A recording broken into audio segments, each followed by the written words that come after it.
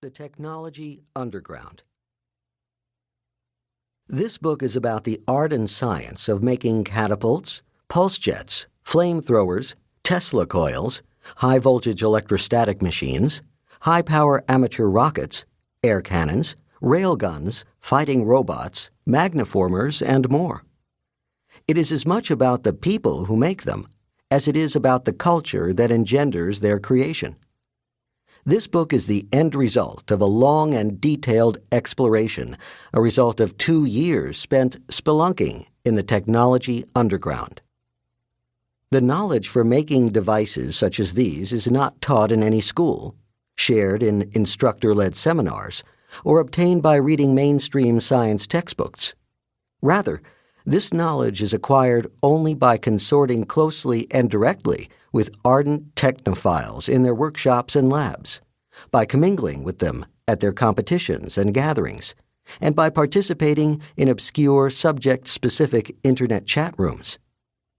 Most of all, it is attained by using one's own eyes, hands, and brain to weld, machine, solder, bend, drill, plumb, design, break, tweak, experiment, and tinker.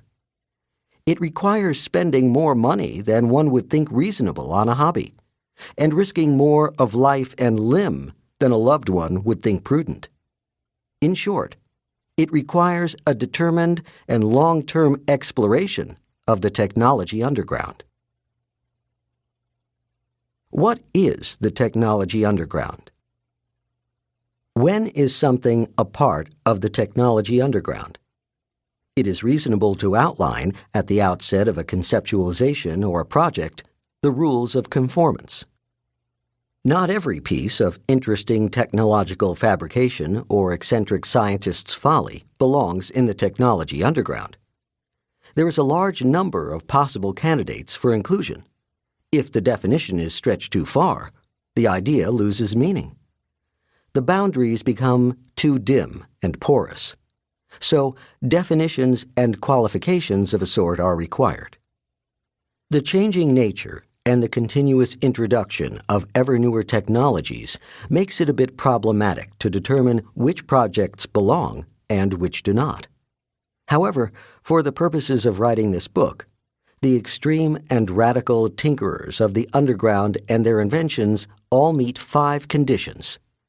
These qualities are the membership criteria, the admittance ticket to the TU.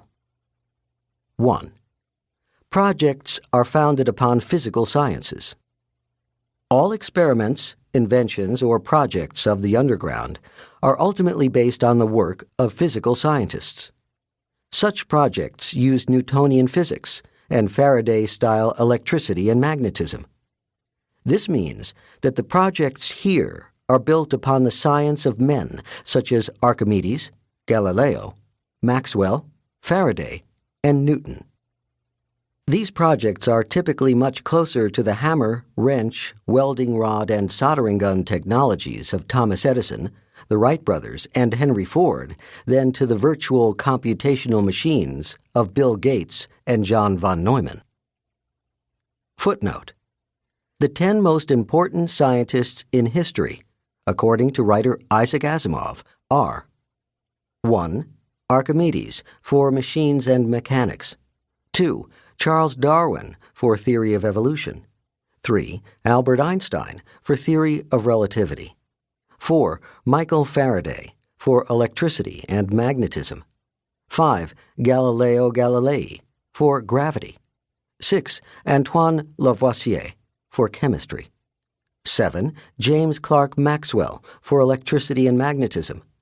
8. Isaac Newton, for laws of motion.